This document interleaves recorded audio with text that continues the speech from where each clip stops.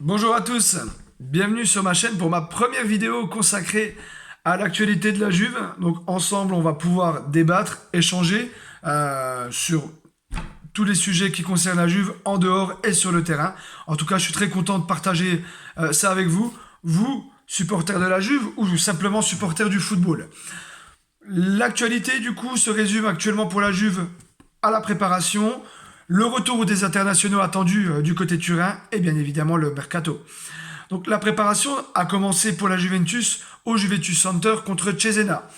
Le score 3 buts à 1. L'objectif était de voir comment les organismes répondaient sur les premières séances d'Allegri au niveau physique et au niveau tactique. Donc le score 3 buts à 1 comme je le rappelle. On retiendra le but de Weston McKennie qui fera encore partie cette année sûrement du 11 titulaire de cette équipe. On connaît bien sûr le potentiel de McKennie qu'a démontré l'année dernière et on espère du coup qu'il montera en puissance encore cette année du coup. Donc pas de grandes lignes à consacrer sur cette rencontre, hein. Encore une fois, c'était le premier match de la Juve. Seuls deux titulaires potentiels étaient présents sur le terrain. Samedi dernier, par contre, il y a eu le trophée Silvio Berlusconi, avec cette fois-ci 5 titulaires potentiels dans l'équipe. Un match, du coup, plutôt bien maîtrisé. Encore une fois, les jambes lourdes, dû à la préparation. On retiendra le superbe but de Ranocchia à la 13e minute. Très belle initiative de Ranocchia, une superbe frappe enroulée pied gauche. Impeccable. Sur la deuxième mi-temps, du coup, Kulusevski doublera la mise à la 53e minute sur un très bon pressing de la défense de Monza. On est d'accord, la défense de Monza, un peu fébrile, un peu naïve sur ce but. Kulusevski, du coup, jouera un peu de son physique pour ajuster le gardien d'un intérieur du pied, gauche, excusez-moi, du coup, très très bien maîtrisé. La réduction du score, la seule ombre peut-être au tableau de la Juve, la réduction du score de d'Alessandro sur corner. Donc du coup, bon, on tire pas trop de conclusions, on va être patient, on va pas commencer tout de suite à trouver des points faibles. Des points forts, il y en a, mais les points faibles, on va quand même être indulgent par rapport à cette préparation. Les titulaires, la plupart des titulaires ne jouaient pas ce match-là. La préparation vient de commencer pour les hommes d'Allegri. Donc du coup, à suivre. C'est pour ça qu'on s'étalera peut-être un peu plus sur les prochains rendez-vous. Sur la partie mercato, le premier coup vient d'être fait par la Juventus. On l'attendait. Alors c'est pas celui qu'on attendait. Le premier coup, c'est celui de Kai Jorge. Kai Jorge, un attaquant brésilien de 19 ans qui nous vient de Santos, du coup, qui a disputé 66 matchs avec le Santos pour 18 buts inscrits. Donc on attend vraiment de voir ce que vaut Kai Jorge, qui sera sûrement le Morata bis dans cette saison. Tout dépendra bien sûr ensuite des choix de Massimiliano Allegri. Ensuite, il y a la bonne nouvelle. On l'attendait, on le savait, la prolongation de Chiellini, 2 ans à la Juventus. Suite à son euro impeccable aux côtés de Leonardo Bonucci.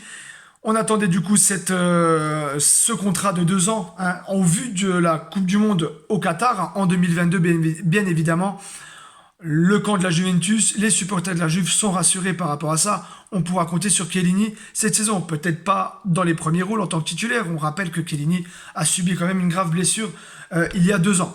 Donc peut-être, bien sûr, en le préservant, en jouant des matchs importants, peut-être de temps en temps aux côtés de Bonucci, voire de Delirte. Donc du coup, affaire à suivre. En tout cas, pour ma part, je suis très content que Chiellini prolonge et dispute encore quelques matchs avec la Juve et avec la Nationale, s'il pourrait nous faire à nouveau les mêmes performances en club et avec la Nationale, ce serait parfait. Il y a la rumeur aussi, Pjanic revient pas. Pour le coup, pour moi personnellement, je pense pas que le retour de Pjanic soit une bonne chose tactiquement pour le milieu de terrain de la Juve. En tout cas, je ne pense pas que la Juve ait besoin d'un retour de Pjanic au sein de la Juve. À Barcelone, il est plus désiré, il a du mal à trouver sa place à Barcelone et apparemment il ferait le forcing, son entourage ferait forcing au sein de la Juve pour éventuellement avoir un rendez-vous pour discuter d'un éventuel retour. Encore une fois, une information à prendre avec des pincettes. Le sujet que l'on attend, que moi personnellement j'attends, car c'est un joueur que j'ai découvert à Sassuolo et bien sûr à l'Euro 2020 qui s'est disputé en 2021, c'est Manuel Locatelli. Du coup, le dossier dure un petit peu longtemps. Ça fait 3 ou 4 rendez-vous maintenant que la Juve fait avec Sassuolo sans trouver un accord avec le club de Sassuolo.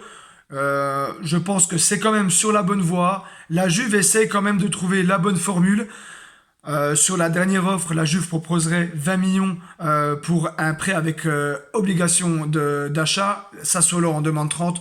On pense que du coup les deux parties vont trouver un accord très rapidement. En tout cas, c'est le souhait de Manuel Locatelli de rejoindre la Juventus, étant donné que depuis tout gosse, Manuel Locatelli est fan de la Juve et ne veut que la Juve. Il a refusé des offres d'Arsenal, de Liverpool, de tous les clubs du coup qui ont proposé leurs services pour n'attendre que la Juve. Donc on espère que les dirigeants de la Juve vont vraiment mettre les bouchées doubles pour pouvoir recruter ce milieu de terrain du coup au grand cœur, au volume de jeu important. On l'a remarqué du coup à l'Euro lors des 2 premiers matchs, peut-être un peu moins en vue lors du reste de la compétition, mais ô combien important dans un groupe, on a pu le remarquer. Et après il y a le dossier CR7. Alors le dossier CR7 reste, CR7 ne reste pas. On ne sait pas. Toutes les semaines, il y a éventuellement des rumeurs, des choses qui se disent. CR7 est revenu du coup au centre d'entraînement de la Juve, a passé ses visites médicales et a repris l'entraînement. Il y a encore des rumeurs aujourd'hui qui sortent dans des journaux, des quotidiens espagnols comme AS, qui diraient que Ronaldo souhaite quitter la Juventus avec du coup le Paris Saint-Germain et le Real Madrid qui se trouvent à la fenêtre prêts à dégainer une offre éventuellement pour enrôler l'attaquant portugais. Donc encore une affaire à suivre. On verra, peut-être le mercato de la Juve peut être conditionné par la permanence de CR7 ou non à la Juventus. On connaît bien sûr la masse salariale que Ronaldo prend à la Juve, coûte à la Juve. Donc, à voir du coup par la suite que deviendra du coup le destin de CR7. Donc les prochains rendez-vous, c'est le Trophée Grand-Père le 8 août exactement à 21h30 au Nou Camp contre le Barcelone. Et bien sûr, en vue du premier match de la Serie A à Udinese, dans les terres frioul, comme je dirais, donc du coup toujours un match délicat à effectuer contre Udinese à l'extérieur. On sait qu'Udinese est très très délicat à manœuvrer chez eux. En tout cas, on n'en est pas encore là pour l'instant. On va suivre la prépa de la Juve, on va suivre le retour aussi de Massimiliano Allegri au niveau du schéma tactique, au niveau de ses choix et au niveau vraiment de l'envie des joueurs à travailler avec ce coach. En tout cas, moi, je vous donne rendez-vous très prochainement, sûrement après le match Barcelone-Juve pour le Trophée Gamper. Alors, peut-être pas tout de suite après le match, le temps de réaliser la vidéo, peut-être quelques jours après. En tout cas, une fois que la saison sera lancée, on sera du coup amené à se voir très souvent, du coup. N'hésitez pas à me laisser en commentaire des informations, aussi vos avis, à vous, qui seront très très intéressantes pour moi. Donc voilà, je vous remercie en tout cas pour l'écoute, je vous dis à très bientôt et je vous souhaite une bonne semaine à tous. Au revoir.